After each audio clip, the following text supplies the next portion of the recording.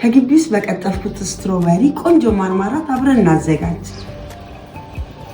ስትሮበሪውን አጥባለሁ። መጀመሪያ 1 ኩባያ ውሃ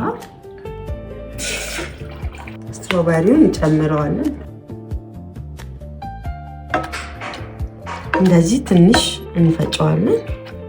እንደዚህ ስንዳምጠው የዚህ አይነት ደቀቅ ያለ እንዲሆን ያደርገዋል። ሾርባ ማንኪያ ሎሚ፣ 2 ሎሚ ፍቅፋቂ።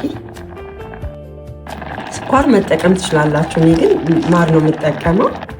እንደዚህ ካቀላቀልን በኋላ ትንሽ ተክተክ እንዲል እንከድነዋለን።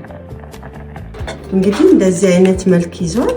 ቅላቱ በጣም ነው ደስ የሚለው። አሁን አውጥተን ከድነን እናበርደዋለን። እንግዲህ በደንብ አድርገን ለመጠቀም ለብዙ ቀን ወደ እቃችን እንደዚህ እንገለብጠዋለን። ሲረጋ በደንብ ረጋ ያለ ቴክስቸር ይኖረዋል። በዚህ መልክ ስትሮበሪውን አዘጋጅቼዋለሁ። በየቤታችሁ ሞክሩት። እስከዛው ቻው።